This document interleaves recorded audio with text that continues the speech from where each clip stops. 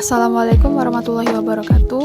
Perkenalkan, nama saya Nasuha Tiara Anika dari kelas Biologi 4. Di sini saya akan menjelaskan materi tentang Bryophyta.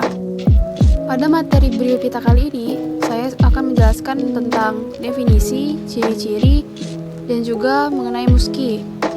Nah, pada musky, saya akan menjelaskan definisi, morfologi musky, reproduksi dan siklus hidup, dan juga spesies terpilih musky. Yang pertama yaitu pengertian Bryophyta. Bryophyta berasal dari bahasa Yunani yaitu bryum yang berarti lumut dan phyta yang artinya adalah tumbuhan. Nah, Bryophyta ini merupakan kelompok tumbuhan non-vaskuler yang tidak mempunyai pembuluh angkut yaitu xilem dan phloem. Daun tumbuhan lumut dapat berfotosintesis. Tumbuhan lumut merupakan tumbuhan pelopor yang tumbuh di suatu tempat sebelum tumbuhan lain mampu tumbuh sehingga lumut dianggap sebagai tanaman yang hidup pertama di darat dan juga tanaman sejati pertama. Ciri-ciri Bryophyta.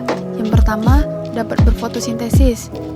Karena Bryophyta merupakan tumbuhan yang eukariotik dan juga multiseluler. Yang kedua, tidak memiliki akar, batang, dan daun sejati. Yang ketiga, struktur tubuhnya masih sederhana sehingga tidak memiliki bekas pembuluh angkut atau xilem dan phloem. Yang keempat, lumut umumnya merupakan tumbuhan kecil, biasanya hanya beberapa milimeter sampai beberapa sentimeter saja. Selanjutnya dapat dibaca pada PPT yang saya sediakan. Tentang musky. Pertama-tama, kita harus mengetahui dulu apa itu musky. Musky atau lumut daun lebih dikenal dengan lumut sejati. Hal ini dikarenakan bentuk tubuhnya yang kecil, memiliki bagian menyerupai akar, batang, dan juga daun. Lumut yang dapat tumbuh tegak ini merupakan kelompok lumut terbanyak dibandingkan dengan lumut lainnya, yaitu sekitar kurang lebih 12.000 jenis atau spesies dan tersebar hampir di setiap penjuru dunia. Selanjutnya yaitu ciri morfologi musky. Nah, yang pertama, musky ini memiliki bagian menyerupai akar atau rhizoid, batang, dan daun sehingga disebut lumut sejati. Lalu, tubuh umumnya tegak, berupa talus, berdaun serupa sisik yang rapat, padat, dan memipih atau menumpuk. Selanjutnya, hidup di tempat yang lembab atau basah, menempel pada tembok, batu, dan yang terlindung dari matahari. Lalu, perkembangan berasal dari protonema yang terdiri atas benang-benang berwarna hijau, bersifat fototrop, bercabang banyak.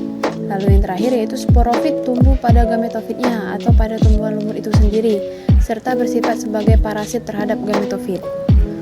Selanjutnya yaitu reproduksi dan siklus hidup lumut daun. Lumut daun bereproduksi secara seksual dan aseksual. Reproduksi seksual diawali dengan terbentuknya gamet secara mitosis. Gamet berkembang pada gametofit jantan dan betina. Biasanya terdapat pada dua individu yang berbeda. Gamet jantan, sel sperma, dihasilkan oleh antheridium, sedangkan gamet betina atau sel telur dihasilkan oleh archegonium. Sperma berflagel akan berenang menuju sel telur dalam archegonium. Fertilisasi antara kedua gamet menghasilkan zigot yang akan membelah secara mitosis dan berkembang menjadi embrio.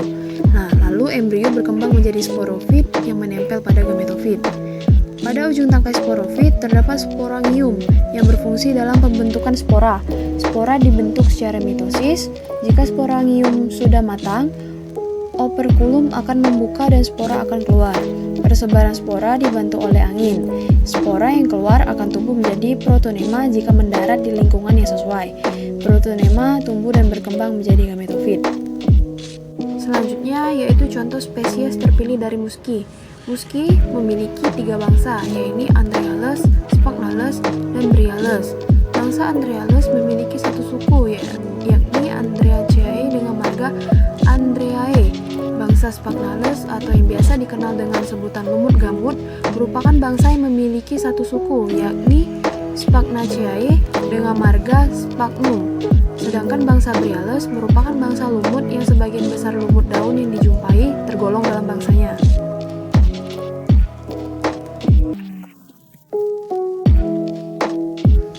Yang pertama yaitu Andreales.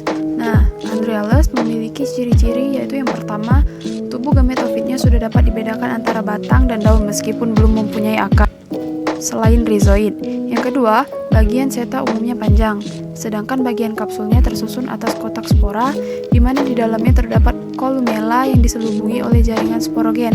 Lalu yang ketiga, talusnya sudah memiliki daun kecil yang disebut mikrofil, serta mempunyai alat perekat yang berupa rizoid. Nah, adapun klasifikasi dari Andreales. Yang pertama yaitu Andreae petrophylla. Memiliki ciri-ciri yang pertama berwarna hitam kecoklatan, tempat hidupnya pada tempat lembab dan basah, lalu akar, daun, dan juga batang masih sulit dibedakan. Yang ketiga, dapat ditemukan di atas pasir bergerak, di atas pipa air, di atas tanah gundul yang mengalami kekeringan. Yang kedua, ada Andreae rupestris. Nah, memiliki ciri yang pertama, tanaman kemerahan hitam atau coklat kehijauan. Yang kedua, daun melengkung lebar, menyebar, dan pendek. Yang ketiga, ujung daun miring atau simetris. Lalu, terdapat garis di seluruh daun dan juga laminalnya pendek.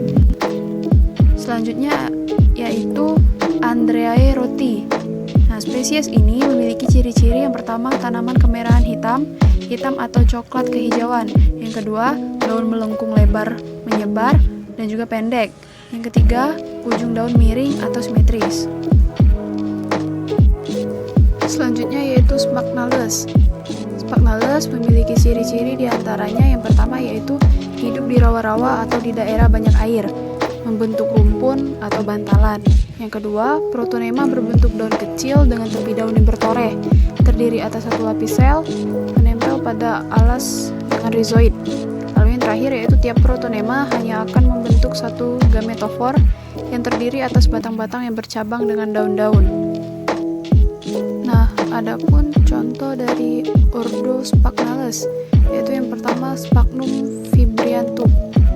Sphagnum fimbriatum ini memiliki ciri yang pertama, batang banyak bercabang, cabai yang muda tumbuh tegak, dan juga membentuk roset pada ujungnya. Yang kedua, daun-daun yang sudah tua terkulai dan menjadi pembalut bagian bawah batang. Yang ketiga, habitat kebanyakan hidup di rawa-rawa. Selanjutnya yaitu Sphagnum capillifolium. Memiliki ciri-ciri yaitu yang pertama, batang daun relatif panjang. Yang kedua, bentuk seperti telur, di atas lebih sempit daripada di bawah, atau dari kata lain yaitu tumpul. Yang ketiga yaitu memiliki banyak pori-pori di bagian atas. Yang keempat, hidup di tepi bebatuan sekitar rawa. Lalu yang terakhir yaitu Sphagnum compactum. Memiliki ciri-ciri yang pertama yaitu memiliki daun cabang lurus yang lebih rendah. Yang kedua, tumbuh terpisah dengan spesies lain. Yang ketiga, batangnya jauh lebih gelap. Dan yang keempat, warna daun keputihan, hijau, dan juga pucat. Selanjutnya yaitu ordo dari Bryales. Bryales sendiri mempunyai ciri-ciri yang pertama, kaliptra berasal dari bagian atas dinding archegonium. Yang kedua, pada jenis tertentu atau funaria, kaliptra melebar seperti parut. Yang ketiga, terdapat jaringan kolumella pada kapsul spora. Lalu yang terakhir, kolumella dan ruang spora dikelilingi oleh ruang antar sel yang terdapat di dalam dinding kapsul spora. Adapun contoh dari ordo Bryales yaitu yang pertama, Bryum argenteum. Nah, Bryum argenteum ini memiliki ciri-ciri yang pertama yaitu ukuran 1-25 mm. Yang kedua, warna hijau kekuningan atau merah coklat dan juga bercabang. Yang ketiga, daun tumpang tindih. Yang keempat, kapsul panjang dan merah kecoklatan.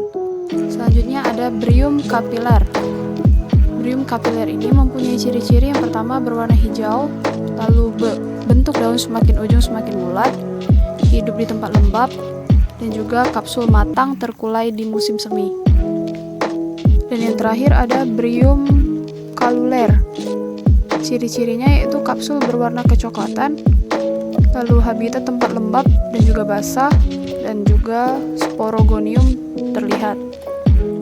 Adapun materi Bryophyta dan juga kaitannya dengan nilai Islam, yaitu dijelaskan dalam Al-Quran. Allah berfirman mengenai tumbuhan, yang artinya Tuhan yang telah menjadikan bumi sebagai hamparan bagimu, dan menjadikan jalan-jalan di atasnya bagimu, dan menurunkan air hujan dari langit.